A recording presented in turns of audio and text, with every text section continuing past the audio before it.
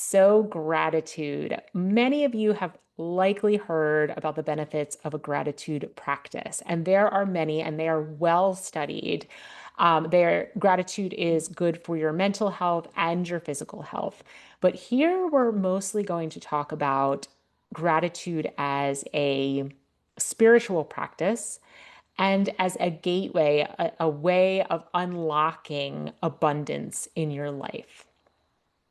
It's really the key to unlocking abundance because gratitude is an energy, it's a vibration, and we live in an energetic universe. We are all energy and we are all vibrating at a certain level, and we attract to us the the level at which we are vibrating.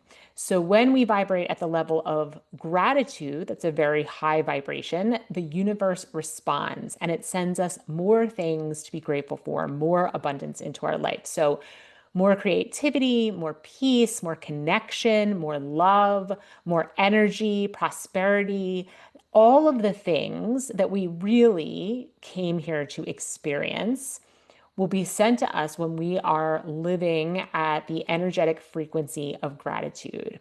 And I say living because often we can have a gratitude practice and maybe write down some things that we are grateful for at the end of the day, which is a beautiful practice. And I'm not dismissing that practice at all. It has so many benefits. But then afterward, and I was guilty of this for many years, I would sink back into my negativity bias, right? I would start noticing all the things that I didn't have that I wanted or that weren't the way I wanted them to be, or the problematic people in my life, or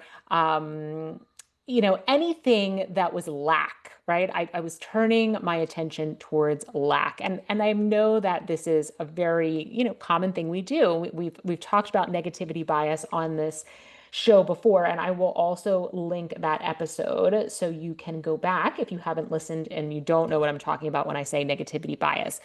But in a nutshell, it is the propensity we have as humans to focus on the negative, to focus on what is wrong instead of focusing on what is right. And there's a very good reason we have evolved to do that, but it does not serve us in our lives because when we vibrate at that level, when we vibrate at the level of lack and negativity, that is what we are drawing to us. So we always have to remember we are drawing to us what we are. I think there was a famous quote, and I'm not sure who said it, but that we get not what we want, but we get what we are. And so if we can learn to turn gratitude not into a singular event or something that we do as a planned activity, but as a way of moving through the world, we will attract abundance into our lives. We are training our mind. This is another way of training the mind, right? So all of these practices, all of yoga philosophy is about training the mind. So we're training our mind to see the abundance rather than the lack. And when we do that, we are attracting more positive experiences into our lives. And we are aligning ourselves with higher consciousness. And when we align ourselves with that universal intelligence or the flow of life, we are essentially saying to the divine, to the universe, yes, I am affirming life. I trust in you. I trust in you, the divine, universal consciousness. Again, whatever word feels comfortable for you. But I am trusting in you that you are always with me. You are always guiding me. You are always teaching me, and you are always loving me. And so I'm going to place my faith in you. And that can be hard, right? And again, that negativity bias is a big piece of that. So go back and listen to that episode about what that is and why we all have it. But when you can start getting into this mindset of gratitude, where you learn to primarily live in a state of thankfulness, in a state of abundance, you will see your life transform. And I can tell you that I personally have had this experience. I had a pretty wicked negativity bias for much of my life, and it really impacted it impacted everything. It impacted my relationships. It impacted how I saw the world. It impacted my ability to feel happy, to feel joyful, to feel in flow, to feel peaceful. All of these things were impacted by the way I was focusing my attention towards the lack, the scarcity, the negativity, instead of panning the camera of my awareness towards everything that I did have. And in yoga philosophy, there are two arms to gratitude. There is the act of being grateful, so giving gratitude to something or someone, and then the act of receiving gratitude, that people may send gratitude your way. And that's the law of giving and receiving. And yoga philosophy sees life as a flow of energy, right? So we just talked about that we're all energetic beings and we're all vibrating at our own energetic level, and we get what we vibrate at.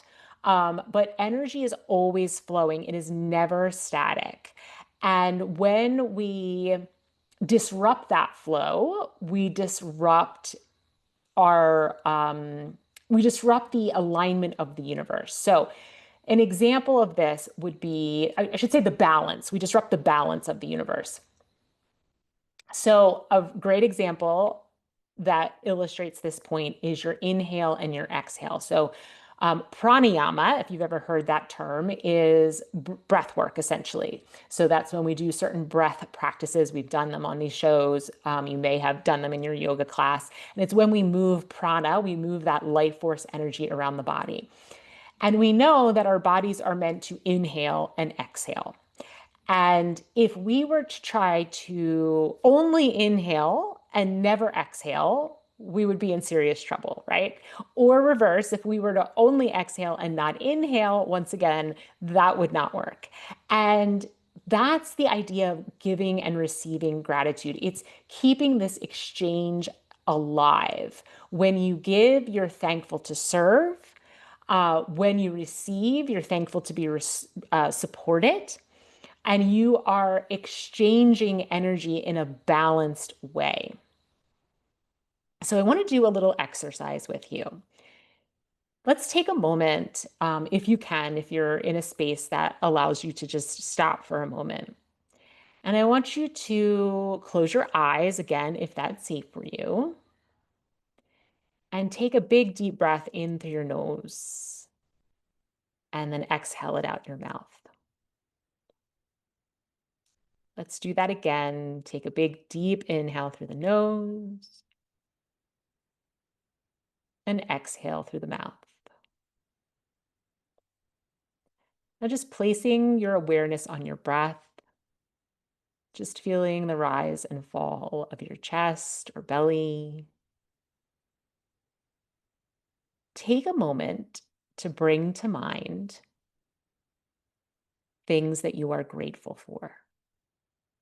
It could be big things like your job or your home, or small things like the way that your dog greets you when you come in the door, or a simple act of kindness that someone showed you today.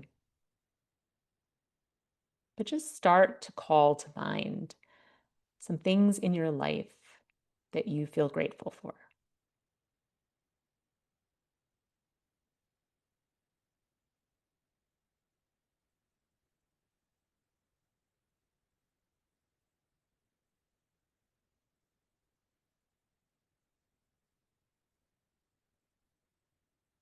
Okay. Now releasing those things, you can open your eyes. Just take a moment to investigate that experience. So I invite you to think about how you felt before you did that and how you feel now, and if there was any change. And I also invite you to think about what came up for you, the things that were popping into your mind that you were grateful for, And were any of them things that you would consider to be unpleasant, challenging circumstances in your life, challenging people in your life, things that you would not prefer? Because if we want to not just be grateful in a moment, but live in a state of gratitude, then we need to learn to be grateful for all things and to be able to see the divine in all things. Last week, we did an episode, or maybe it was 2 weeks ago, on the universal teacher. So, can we appreciate the universal teacher? Can we appreciate the lessons that come with the challenging people, places, situations, and circumstances in our lives? Can we see everything as an opportunity in disguise? So, just taking a moment to think about that on your own. Have you ever thought about being grateful to that person who's really challenging you, or that health condition that you're really struggling with, or the some financial upheaval in your life? Can you be grateful? Can you see the teacher, the divine? Can you see the divine in that difficult person, in that health issue, in that financial problem, or any other issue that you're facing? And can you be grateful for it? And that's what it means to be living in a state of gratitude. Now, receiving, let's do a reflection on receiving. So, being able to receive gratitude is actually an acknowledgement of our own self worth. So, take a moment and let's close the eyes again, if again you are safe to do so, and call to mind a time when someone expressed gratitude to you. Maybe you gave them a gift. Maybe you performed a small act of service for them, helping them out in some way. Maybe you spoke kind words to them and they really appreciate it. Or maybe someone just really appreciated you for being you and they told you that. How did you feel? Did you feel squirmy and uncomfortable? Did you want to shrug it off or diminish it? Did you quickly change the subject? Or were you able to fully receive it? Were you able to feel the gratitude and the love that they were sending your way? In the same way that you feel gratitude for other people and situations in your life, were you able to feel that gratitude for yourself? And it is not uncommon that women have trouble with this branch of gratitude, this receiving branch. So I will offer you a journal prompt to investigate this further, because we want to live in that energetic state of gratitude. We want to be able to have that prana flow, to be in balance. We want to be able to exhale, right? And so we need to understand, if we were the person who feels uncomfortable with someone being grateful for us and something we said or did or how we were, why is that? So the journal prompt I'm offering you is: what comes up for me when I receive gratitude, compliments, or help from others, right? So even receiving help from others or compliments from others is a way of another person saying, I appreciate you. You are worthy, you are valuable, and I am grateful for you. Right? So, what comes up for me when I receive gratitude, compliments, or help from others? Do I feel comfortable or do I resist? And if the answer is I resist, what beliefs might make it hard for me to receive fully? And how might gratitude help soften that? Right? How can you invite more gratitude into your life? Because receiving, including receiving gratitude, completes the energetic cycle of life. So to resist it would be like trying to never exhale. And the idea of gratitude, this concept of gratitude and its importance is really there's two parts of yogic philosophy that are really in alignment with this concept, which is santosha. And I've done an episode on santosha. It's been a really long time, but I will find that and I will link that in there. That is one of the 10 ethical guidelines of yoga. And basically, the word santosha translates in English to contentment. So it's gratitude is an expression of santosha. It's being content with what is rather than constantly seeking more. And it's the recognition that everything you already have is enough. And this shifts the mind from lack to abundance. So the next time you are finding yourself in lack or scarcity or negativity, can you come back to this santosha, this contentment? Can I be content in this moment with what I have exactly as it is? So that's a practice, right? That's a practice of coming back to contentment. And devotion, I'm sorry, and gratitude is also seen as a form of devotion to a higher power, as we mentioned.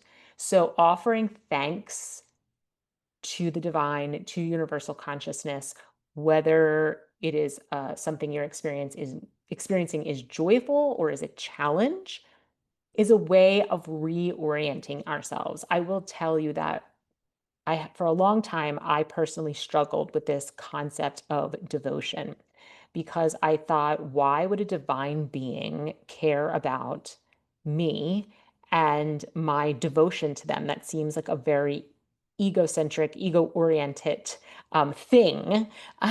And why would this divine being, this creator of all, this source energy, care about me offering them devotion? And it was because I was misunderstanding the concept. Devotion isn't about the divine. The divine doesn't need your devotion. They don't need anything from you. But when we constantly reorient to the source of all that is, it keeps bringing us back into our alignment. It keeps bringing us back to gratitude. It keeps bringing us back to abundance. It keeps bringing us back to service. It keeps bringing us back to all the things that we came here to experience, as I mentioned earlier in this episode. So it is not about the divine needing our devotion. It is about helping us reorient ourselves to what's really important in this life. So if you can keep coming back to gratitude, that is a form of devotion, and it is a way of reorienting yourself back to what is important. So I invite you over this next month, since this is the month of giving thanks, to take some time to look back over your year and look back deeply, really take some time to delve into your previous year. And instead of looking at maybe what you didn't accomplish, what you didn't check off your to-do list, or the thing that you didn't have enough money to buy, or what went wrong, can you simply rejoice in what you do have? And how many things, people, or experiences are you grateful for? I'll give you another little thing that my family and I do every year that maybe you want to incorporate into your practice, which it's really, really fun.